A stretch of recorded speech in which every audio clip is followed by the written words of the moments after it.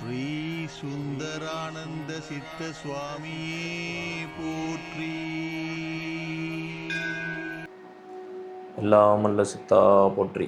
வணக்கம்.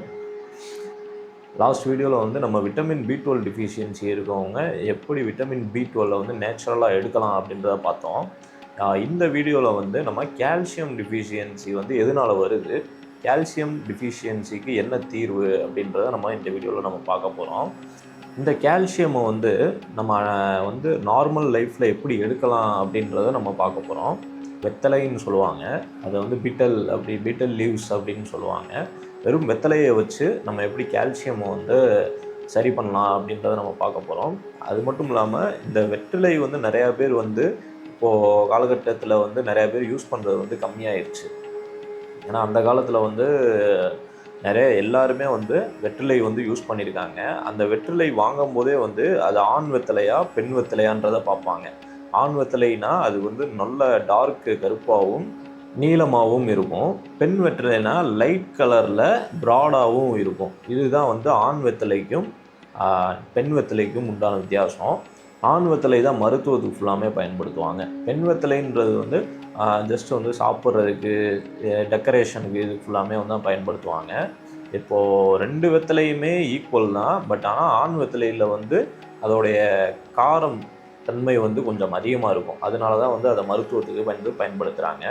இந்த வெற்றிலையை வள்ளலார் வந்து எப்படி பயன்படுத்தணுன்றத சொல்லியிருக்காரு. அதாவது வெற்றிலை இலை, அதுக்கப்புறம் வந்து தேக்கம்பாக்கு, அதுக்கப்புறம் வந்து சுண்ணாம்பு, இந்த 3 அளவையும் வந்து நம்ம வந்து 3 வேளையில் எந்த வேளையில் எடுக்க போகிறோமோ அப்போ வந்து எது அதிகமாக இருக்கணுன்றத வள்ளலார் வந்து சொல்லியிருக்காரு. உதாரணத்துக்கு பகல் பொழுது நம்ம வந்து வெற்றிலை சாப்பிட்றோம் அப்படின்னா அதில் வந்து பாக்கு கொஞ்சம் அதிகமாக இருக்கணும் அப்படின்னு சொல்கிறாங்க. மதிய வேளையில் வந்து நம்ம வெற்றிலை சாப்பிட்றோம் அப்படின்னா அதில் வந்து சுண்ணாம்பு கொஞ்சம் அதிகமாக இருக்கணும் அப்படின்னு சொல்கிறாங்க. இரவு வேளையில் நம்ம வந்து வெற்றிலை போடணும் அப்படின்னா அதில் வந்து வெற்றிலை அளவு எண்ணிக்கை, இப்போ 2 வெற்றிலை வச்சு நம்ம கொஞ்சோண்டு சுண்ணாம்பு தடவி கொஞ்சோண்டு பாக்கு போடுவோம். இரவு நேரத்தில் வந்து ஒரு 3லேருந்து 4 வெற்றிலை வச்சு கொஞ்சோண்டு சுண்ணாம்பு தடவி பாக்கு போடணும் அப்படின்றாங்க. இப்படி ஒவ்வொரு அளவையும் வந்து எந்தெந்த நேரத்தில் வந்து நம்ம அதிகமாகவும் கம்மியாகவும் எடுக்கணும் அப்படின்றத வள்ளலார் வந்து சொல்லியிருக்காரு. ஸோ அதாவது காலை பொழுதில் வந்து பாக்கு அளவு வந்து அதிகமாக இருக்கணும். மத்தியான வேளையில் வந்து சுண்ணாம்பு கொஞ்சம் அதிகமாக இருக்கணும். இரவு வேளையில் வந்து வெற்றிலை வந்து கொஞ்சம் அதிகமாக இருக்கணும். ஸோ இது வந்து வள்ளலார் சொல்லியிருக்காரு. அது மட்டும் இல்லாமல் ஒரு வெற்றிலையை வந்து எப்படி சாப்பிடணும் அப்படின்றதையும் அவர் சொல்லியிருக்காரு. அதாவது வெற்றிலை நீங்கள் போட்டுட்டீங்க, வெற்றிலை, பாக்கு, சுண்ணாம்பெல்லாம் போட்டு நீங்கள் மடித்து வாயில் வச்சு நீங்கள் வந்து சுவைக்கிறீங்க அப்படின்னா முதல் எச்சில் வந்து வெளியே துப்பிடணும், 2வது எச்சில் வந்து விழுங்கணும், 3வது எச்சில் வந்து மொத்தமாக வெற்றிலையோடு துப்பிடணும் அப்படின்றத சொல்கிறாங்க பெரியவங்க.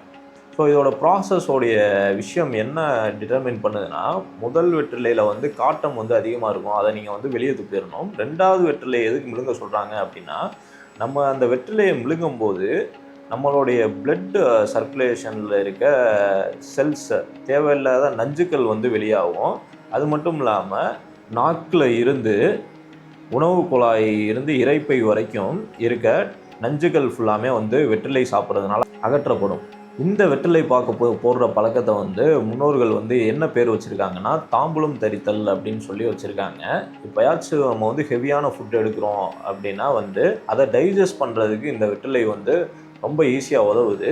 அப்படி இந்த வெற்றிலையை நம்ம போடும்போது என்ன ஆகும் அப்படின்னா, அந்த சுண்ணாம்போடைய அதிகமான புரத சத்துக்கள், கால்சியம் நம்ம சொல்கிறோம் இல்லைங்களா, அந்த கால்சியம் சத்தை வந்து எக்ஸ்ட்ராக்ட் பண்ணி நம்ம உடம்புக்கு வந்து தரும். ஸோ வீக்லி வந்து அட்லீஸ்ட் ஒரு 2 அல்லது 3 நாட்களாச்சு நம்ம வந்து நல்லா சாப்பிடணும், வெற்றிலை வந்து நம்ம போடணும் அப்படின்னு சொல்கிறாங்க.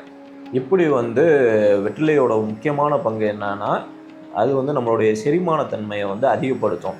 அதாவது சாப்பிட்டதுக்கு அப்புறம் வந்து நம்ம வந்து உபயோகப்படுத்தணும். சாப்பிட்றதுக்கு முன்னாடி நம்ம வந்து வெற்றிலை பாக்கு எல்லாமே போட்டோம் அப்படின்னா நம்மளுடைய செரிமானத்தன்மையை வந்து குறைச்சிரும், பசி எடுக்காத ஒரு நிலை வந்து நமக்கு எடுத்துரும். அதனால தான் பெரியவங்க ஃபுல்லாமே வந்து சாப்பிட்டதுக்கு அப்புறம் தான் வெற்றிலை போடணும் அப்படின்னு சொல்லியிருக்காங்க. இன்னொரு மிக சிறந்த ஒரு விஷயம் என்னென்னா, வெற்றிலை, பாக்கு, சுண்ணாம்பு இதை நம்ம வந்து போடும்போது என்ன ஆகும், நம்ம பற்களில் இருக்கக்கூடிய கிருமிகளாக இருக்கட்டும், நம்மளுடைய உணவு குழாய், இரைப்பை வரைக்கும் இருக்க தேவையில்லாத நஞ்சுகள் ஃபுல்லாமே அகற்றிடும் இந்த வெற்றிலை. பற்களை வந்து இந்த வெற்றிலை வந்து வலுப்படுத்தும். எப்படி வலுப்படுத்துது அப்படின்னா, தேவையில்லாத நஞ்சுக்கள் கிருமிகள் எல்லாமே நம்மளுடைய பற்கள் அதுக்கப்புறம் எனாமல் இதில் ஃபுல்லாமே இருக்கும். அதில் இருக்க நஞ்சுக்களை வந்து இது வந்து வெளியே இழுத்திடும். அதே ப்ராசஸ் தான் வந்து உணவு குழாய் இரைப்பை ஃபுல்லாமே வந்து நடக்கும். தேவையில்லாத ஃபங்கல்ஸ் ஃபுல்லாமே வந்து இந்த வெற்றிலை சாப்பிட்றதுனால வெளியேறிடும். இந்த வெற்றிலை வந்து பிளட்டில் உள்ள கேன்சர் செல்ஸை வந்து அகற்றிடும். இந்த வெற்றிலையை வந்து நீங்கள் ஏதாவது ஒரு டொபாக்கோ புகையிலையோடு சேர்த்து பயன்படுத்தும் போது இது கண்டிப்பாக கேன்சர் செல்ஸை வந்து உருவாக்கும். ஸோ இதுதான் வந்து 2 ரியாக்ஷனுமே தரும். பாசிட்டிவ் ரியாக்ஷனும் தரும். கரெக்டான சப்ஸ்டன்ஸோடு சேர்த்து சாப்பிடும்போது பாசிட்டிவ் ரியாக்ஷன்ஸும், டொபாக்கோ போன்ற புகையிலையோடு சேர்ந்து சாப்பிடும்போது கண்டிப்பாக இது வந்து கேன்சர் செல்ஸையும் வந்து இன்க்ரீஸ் பண்ணும். அதனால தான் வந்து எந்த ஒரு புகையிலையோடும் வெற்றிலையை வந்து நம்ம போடக்கூடாது. அது நல்லா இருக்கும்னு நினச்சி நிறையா பேர் போடுவாங்க. பட் ஆனால் வந்து அதை போடக்கூடாது. அதுதான் விஷயம். நம்மளுடைய சுவாசம் வந்து இதனால் வந்து சீராகும். அதாவது ஒரு ஃப்ரெஷ் ப்ரீத் ஏர் வந்து நம்ம வந்து கொண்டு வரலாம். ஸோ அப்படி வந்து நம்மளுடைய சுவாச குழாயை வந்து இது வந்து சீர்படுத்திடும். அதனால் நல்ல சுவாசம் நடக்கும். உங்களுடைய ப்ரீத்திங், அதாவது உங்களுடைய வாயில் வந்து எந்த ஒரு துர்நாற்றமும் இருக்காது. ஸோ இதோட அதிகபட்சமான வேலை வந்து இதிலேருந்து கால்சியம் வந்து நமக்கு வந்து அப்சர்வ் பண்ணி ஈஸியாக கொடுத்துரும். ஸோ அப்படி இந்த தாம்பூலம் தரித்தல்ன்ற விஷயத்தில் ஒரே நேரத்திலே 3 வேலை நடக்குது. ஒன்று வந்து டீடாக்ஸ் பண்ணுது நம்மளுடைய பாடியை, இன்னொன்று வந்து டைஜஷன் கெப்பாசிட்டி அதிகமாகப்படுத்துது, இன்னொன்று வந்து ஆன்டி ஆக்சிடெண்ட்டாக வந்து இது செயல்படுது. ஸோ இதுதான் வந்து இந்த வெற்றிலையோட ப்ராசஸ். இப்படி சித்தர்களாக இருக்கட்டும் முன்னோர்களாக இருக்கட்டும் ஒவ்வொரு மூலிகைகளையும் நம்ம வந்து எப்படி பதப்படுத்தி அதில் இருக்க நஞ்சை அகற்றிட்டு நம்ம எடுக்கும்போது அது வந்து அமிர்தமாக மாறுது அப்படின்றத ஒவ்வொரு மூலிகைகளையும் பற்றி சொல்லியிருக்காங்க. உதாரணத்துக்கு வந்து கரிசலாங்கண்ணி, வல்லாரை, தூதுவளை இதை ஃபுல்லாமே எப்படி ப்ராசஸ் பண்ணணும் அப்படின்றத சொல்லியிருக்காங்க. அப்படி ப்ராசஸ் பண்ணி நம்ம சாப்பிடும்போது அதில் உள்ள ஒரு முழு சத்துக்கள் வந்து நமக்கு வந்து கிடைக்கும். அதாவது நீங்கள் இப்போ நார்மலாக வந்து ஒரு காய்கறியை வந்து சாப்பிட்றதுக்கும் அதை வந்து ப்ராசஸ் பண்ணி சாப்பிட்றதுக்கும் உள்ள வித்தியாசம் வந்து என்ன அப்படின்னா, நீங்கள் நார்மலாக ஒரு விஷயத்த வந்து அப்படியே நீங்கள் வந்து வேக வச்சு சாப்பிட்றதுக்கு அதில் உள்ள சத்துக்கள் வந்து 10% தான் எடுக்கிறீங்க. அதே இது இந்த சித்தர்கள் ப்ராசஸிங் விஷயம் வந்து நம்ம பண்ணி சாப்பிடும்போது அதோடைய சக்தி அளவுகள் வந்து 100 மடங்கு வந்து பலப்படும். பின்வரும் வீடியோவில் வந்து நம்ம கீரா நெல்லியாக இருக்கட்டும், நிலவாகை இதை ஃபுல்லாமே எப்படி ப்ராசஸ் பண்ணி நம்ம அதில் உள்ள நியூட்ரிஷியன்ஸை வந்து எப்படி எடுக்கலாம் அப்படின்றத நம்ம பார்ப்போம். இது வந்து நியூட்ரிஷியன்ஸை எடுக்கிறதுக்கு மட்டும் சப்போர்ட் பண்ணாமல் நம்மளுடைய டிஃபிஷியன்சியாக இருக்கக்கூடிய அனைத்துக்குமே வந்து இந்த ப்ராசஸிங் மெத்தட் வந்து சப்போர்ட் பண்ணுது. ஸோ இப்படி நம்மளுடைய உடம்பில் இருக்கக்கூடிய அனைத்து ஆர்கன்ஸ் உறுப்புகளுக்கும் நம்ம வந்து எந்தெந்த மூலிகையை எடுத்து பலப்படுத்தலாம் அப்படின்றத வந்து பின்வரும் வீடியோவில் நம்ம வந்து பார்ப்போம். ஸோ இதை தான் வந்து சித்தர்கள் சிவன் வந்து 108 கல்பம் வந்து உண்டார் அப்படின்னு சொல்லியிருக்காங்க. இந்த 108 கல்பம்ன்றது தான் ஒவ்வொரு கல்பமும் ஒவ்வொரு ப்ராசஸ். உதாரணத்துக்கு கரிசலாங்கண்ணி, அப்புறம் வந்து கற்றாழை, கடுக்காய் இது ஃபுல்லாமே சிவன் உண்டது தான். இதை தான் வந்து சிவன் உண்ட 108 கல்பம் அப்படின்னு சொல்லியிருக்காங்க. இந்த 108 மீனிங் தான் வந்து பக்தி மார்க்கத்துலேயுமே வந்து 108 எதாக இருந்தாலும் 108 தடவை சொல்லுங்கள் அப்படின்றதையும் சொல்கிறாங்க. ஸோ அப்படி சிவன் உண்ட 108 கல்பத்தை வந்து நம்ம மறந்துட்டு ஒரு மந்திரத்தை வந்து நம்ம 108 தடவை சொன்னோம் அப்படின்னா நம்ம வந்து ஆரோக்கியம் ஆகிறோம் அப்படின்றத நம்ம வந்து கடைபிடிக்கிறோம். அடுத்து வர ஒவ்வொரு வீடியோஸ்லேயும் இந்த 108 கல்பங்கள் வந்து நம்ம எப்படி பண்ணுறது, கல்பங்கள்னால் வேறு எதுவும் இல்லை, ஒரு மூலிகையை வந்து மதிப்பு கூட்டுறது தான். அதில் இருக்க நஞ்சை வந்து அகற்றிட்டு அதை வந்து மதிப்பு கூட்டுறோம். அப்படி நம்ம எடுக்கும்போது அனைத்து ஆர்கன்ஸுமே வந்து நல்லா செயல்படும். அது மூலிமா டிஃபிஷியன்சியை தடுக்கலாம்.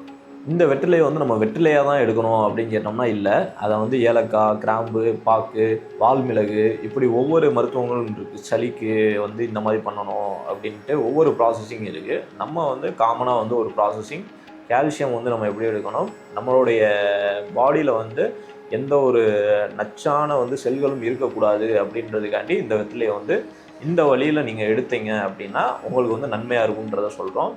பின்னாடி வரும் ஒவ்வொரு வீடியோஸ்லேயுமே வந்து நம்ம வந்து ஒவ்வொரு நோய்களுக்கு உண்டான மருந்துகளையும் நம்ம வந்து சொல்லுவோம். வீட்டில் இருந்தே நம்ம வந்து எப்படி அதை கிளியர் பண்ணலாம் அப்படின்னு சொல்லிட்டு. ஸோ இந்த வெற்றிலையில் உள்ள நுணுக்கங்களை வந்து நம்ம பார்த்தோம்.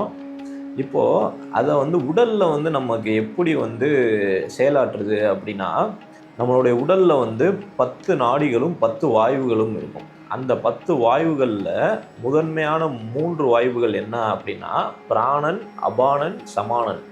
இந்த வெற்றிலையை வந்து நீங்கள் பயன்படுத்தும் போது உங்களுடைய அபானன் வந்து ஈஸியாக வேலை செய்யும். அதாவது பிராணன்றது வந்து இந்த பிராணன்னா வந்து வெளியே இருக்க சுவாசத்தை தான் நம்ம வந்து எடுக்கும்போது அதை பிராணன் அப்படின்னு சொல்லுவோம்.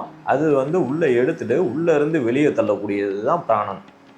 நம்மளுடைய உடல் அதாவது மூலாதாரத்திலிருந்து வெளியே தள்ளக்கூடியது தான் வந்து பிராணன். அபானன் அப்படின்றது வந்து உங்களுடைய கழிவுகளை வந்து கீழே தள்ளக்கூடியது தான் அபானன். சமானன்றது வந்து இந்த 2 விஷயத்தையுமே சமப்படுத்துறது தான் வந்து சமானன். ஸோ இந்த பிராணன், அபானன், சமானன் இது 3 அளவும் வந்து நார்மலாக இருக்கணும். ஸோ அப்படி நீங்கள் ஹெவியான மீல் சாப்பிடும்போது என்ன ஆகுது அப்படின்னா உங்களுடைய அபானன் வந்து அதை சமப்படுத்துகிற வேலையை வந்து சீராக செய்யாது. ஸோ அதை சீராக செய்கிறதுக்கு தான் வந்து நம்ம வெற்றிலை பாக்கு எல்லாமே போடுறோம். அது அபானனுடைய வேலை வந்து கொஞ்சம் எளிமையாகும். அபானன்ற வாயு வந்து உங்களுக்கு வந்து எல்லா கழிவுகளையும் கீழ் வழியாக இழுத்து மலமாக வந்து கொண்டு சேர்க்கும். பிராணன்ற காற்று ஃபுல்லாமே வந்து உங்கள் உடலில் உள்ள எல்லா நஞ்சையுமே வந்து சுவாசம் வழியாக வெளியே எடுத்துகிட்டு கொண்டு போய் சேர்க்கும். இந்த 2 வேலையுமே வந்து சமப்படுத்துகிறவருடைய வேலை தான் வந்து சமானனுடைய வேலை. ஸோ அதுதான் வந்து பெரியவங்க ஃபுல்லாமே என்ன சொல்லுவாங்க அப்படின்னா நம்மளுடைய உட்கொள்கிற உணவு வந்து செரிமானத்தன்மை எளிமையாகவும் இருக்கணும், அதே சமயம் வந்து அதில் வந்து அதிகமான புரத சத்தும் இருக்கணும் அப்படின்னு சொல்கிறாங்க. அதனால தான் முன்னோர்கள் எல்லாருமே வந்து வெஜ்ஜில் வந்து செரிமானத்தன்மை கூலாக இருக்கட்டும், கேப்பையாக இருக்கட்டும், இந்த மாதிரி மில்லட்ஸ் ஃபுல்லாமே சாப்பிட்றதுனால நமக்கு வந்து செரிமானத்தன்மை ஈஸியாக ஆயிரும். ஈஸியாக செரிக்கக்கூடிய தன்மைனா வந்து கூழ், கஞ்சி இந்த மாதிரி ஃபுல்லாமே ஈஸியாக செரிக்கக்கூடியது. நீங்கள் வந்து அதிகம் கஷ்டப்பட்டு செரிக்கக்கூடியது அப்படின்னா வந்து மீட்டு, நான்வெஜ்ஜு, அதுக்கப்புறம் வந்து ரைஸ், இது ஃபுல்லாமே வந்து அதோடைய செரிமானத்தன்மை ஆகக்கூடிய காலம் வந்து கம்மியாக எடுக்கும். அதே இது நீங்கள் கூலாக வந்து நீங்கள் ஏதாவது சாப்பிட்டீங்க அப்படின்னா அது வந்து உடனே வந்து உங்களுடைய பாடியில் வந்து டைஜஸ்ட் ஆகிடும். அதிகமான கார்பு வந்து நீங்கள் எடுக்கிறதுனால உங்களுக்கு வந்து உடல் எடை வந்து அதிகமாகும், வயிற்றில் வந்து தொப்பை போடும், இந்த மாதிரி ஒரு விஷயங்கள்லாம் இருக்குது. அதனால தான் வந்து எளிமையாக செரிக்கக்கூடிய உணவுகளை வந்து நம்ம எடுத்துகிட்டு அதில் வந்து சத்தும் வந்து அதிகமாக இருக்கணும் அப்படின்றத நம்ம முன்னோர்கள் வந்து நமக்கு சொல்லியிருக்காங்க. நன்றி, வணக்கம்.